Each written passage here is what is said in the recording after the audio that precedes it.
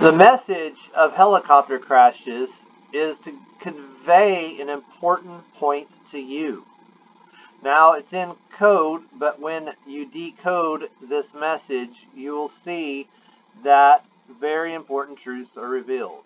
What do all these helicopter crashes have in common? Now, you see Kobe Bryant's helicopter crash, and they release a balloon on February 14. Now, that's not a coincidence because they marked it on 2/14, even though the crash didn't happen on that day. I wonder why they did that. Well, there sure are a lot of helicopter crashes on 2/14. Here's one in Arizona, 2/14. Here's one in New Zealand even. Oh, at Christchurch, where I just noticed that. At Christchurch, where the terrorist bombing was. That is not a coincidence. That's why it was killed there. I didn't even see the Christchurch part. That's amazing. Now, the next helicopter crash I literally saw with my own two eyes, okay, as it occurred directly across the street from my brand new high school that was just in the process of being built, and I was standing in the grass while there was a prison directly across the street, a maximum security prison called the Lucasville Penitentiary. My dad actually had been a guard there. And there were riots going on. This was literally going on right in the middle of the Waco, Texas riots in David Koresh.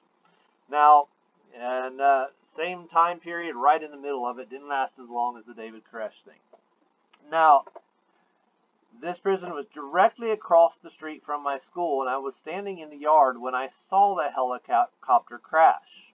Now, it didn't happen on 2/14, but it actually happened on 4/14. Very similar, but not exactly the same.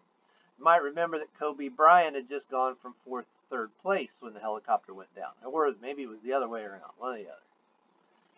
I don't keep much up on sports, so Lucasville, Ohio. There's the article. Now, let's talk about the Timothy McCormick crash in New York City last year.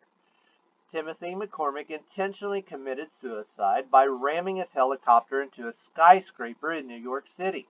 McCormick was literally on the phone with Hugh Squier as he did this. Think about what I just said for a minute. Let that sink in.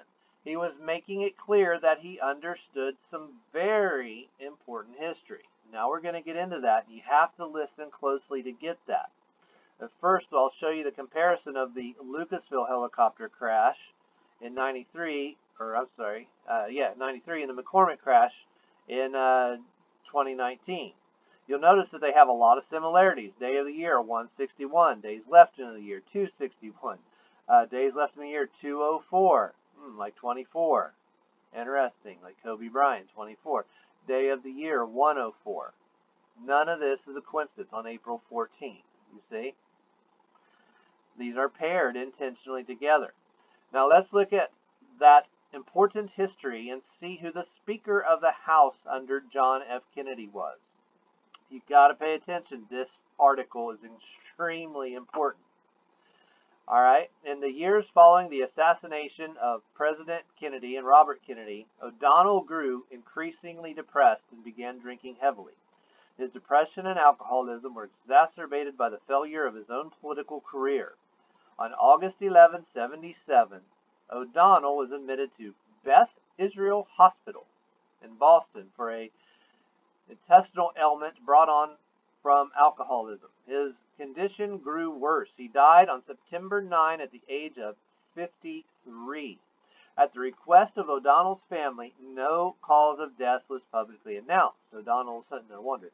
O'Donnell's younger daughter, Helen, later attributed her father's death to alcoholism. Yeah, I'm sure she did.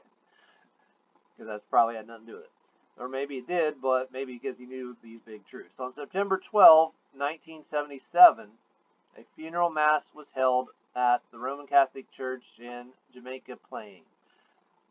Among the attendees were the Boston Mayor John F. Collins and former Speaker of the House John William McCormick. Isn't that interesting? Now this article is loaded. It's a CIA-contrived article like most of your media, meant to obfuscate the truth. Highlighted above is the name of the Speaker of the House, John William McCormick, like the name of the pilot who crashed his helicopter in New York City. Notice that he was attending a funeral for John F. Kennedy's aide, Kenneth O'Donnell. When? On September 12, aka September 11. 1 day difference is the same difference. It's actually technically called the rule of Colel if you want to use it in gematria terms, but hopefully you don't even have to do that. 1 off is the same difference. You might have seen that John F. Collins attended. Just so you get the picture, this article is really about hiding the truth of JFK. Notice how similar. John F. Collins, John F. Kennedy. Okay. Not a coincidence. Notice that O'Donnell had been admitted to a Jewish hospital, Beth Israel, and 223, by the way, is the number for Skull and Bones because it was a physician's fraternity. And this is a 9/11 reference. And it happened on 8/11. So it's an 8/11, 9/11 reference. We've already discussed in a previous video entitled O'Donnell, O'Donnell, O'Donnell, how that Father O'Donnell from St. Mary Magdalene Catholic Church, where Hugh trained to be a priest in Detroit area, is mentioned on the Warren Report framing Oswald for Kennedy's assassination. We've also mentioned that the CIA ran media ensures that an O'Donnell is present on every network to help ensure that the Kennedy's true assassins remain hidden. And yes, they do. Just look at all the O'Donnells that you see all over every network, every news station, even radio. There's always an O'Donnell covering the message of the Kennedy assassination to this day. There are 4 numbers mentioned in that article and in the last paragraph. 9/11, 8/11, 223, and by inference 214. Now, let's review them and see the significance of each. If I go too fast for you, pause it and write it down. Be sure that you get this information. Some very important truths here. Let's look at the 9/11 date for just a moment. Civil War General and President of the United States, James A. Garfield, was born on the reverse date of 9/11, 11/19. The Civil War Association has been part of Hugh's story. Hugh was living on a Civil War battle site, the Manning Ranch in Tennessee, when 2 of his wives were murdered. One of them had previously been married to the son of the oldest living Civil War veteran.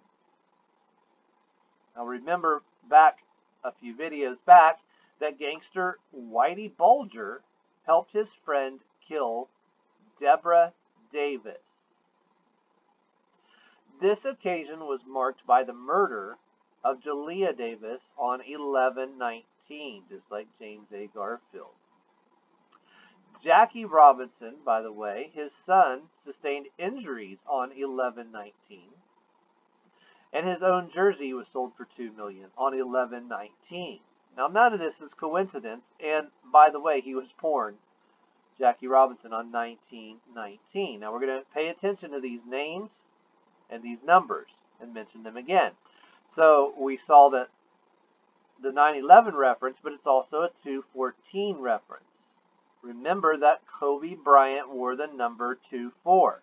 Ones are not important in this numbering system that they use. Just discard the ones. So just as Jackie Robinson wore 4-2, Kobe Bryant wore the reverse 2-4. And Kobe Bryant committed suicide. Well, he didn't commit suicide. He was killed in a helicopter crash. I don't know why I said suicide on that. That was a mistype. Again, the Parkland, Florida shooting, which, by the way, was a school where Hugh Squier took pictures for Bottom Line, happened on 2/14. It's 2/4 again. And Sandy Hook occurred on 12/14. Take out the ones, it's 2/4 again. One day earlier, February 13, is the 223rd day of the year, like we said. That's a reference to 9/11 and Skull and Bones. And the number that is used to call an ambulance because it was a physician's fraternity. And that's why George Bush was set up as a member of the fraternity. So on 9/11, he would be associated with the date, used as a phone number for calling an ambulance. Now, it's no coincidence that photographer Del Towers put a 2 and a 4 on Hugh's baby pictures, which were taken on September 11 in 1953, and that Jackie Robinson died at 53 years old, being the number 42. See, look, 4 and 2 right there on Hugh's baby certificates. They were printed 10 days after he took the pictures. So, back to that article again. We had 9/11. Now let's look at the 8/11 part of this. James A. Garfield, again, died in 1881. That's just the same numbers as 8/11. Not by coincidence, as we already mentioned that he was born on 11/19. As Whitey Bulger himself, the gangster, was murdered in West Virginia at the Hazleton Penitentiary, Hugh's family, Hazleton Harris, is buried in his family cemetery. So Jalea Davis was murdered in West Virginia on mile marker 181. Isn't it strange that computer programmer Terry Davis died on 8/11/18 by the same code with the same name? And the WWE wrestler Hulk Hogan, who was the bouncer where Hugh Squier played at Cavi's Bar in Michigan, was also born on August 11 in 1953. Strangely enough, the same year as the Lucasville prison riots, the very Jewish Supreme Court Justice Ruth Bader Ginsburg was sworn in on August 10, just one day from 8/11. Means the same thing. Do you suppose she may have been told to keep her mouth shut about anything? She was born on 3/15, which in gematria terms is no different than 35, the reverse of 53. Remember, drop the 1. We also spoke a few videos back about Harold Wallace Rosenthal.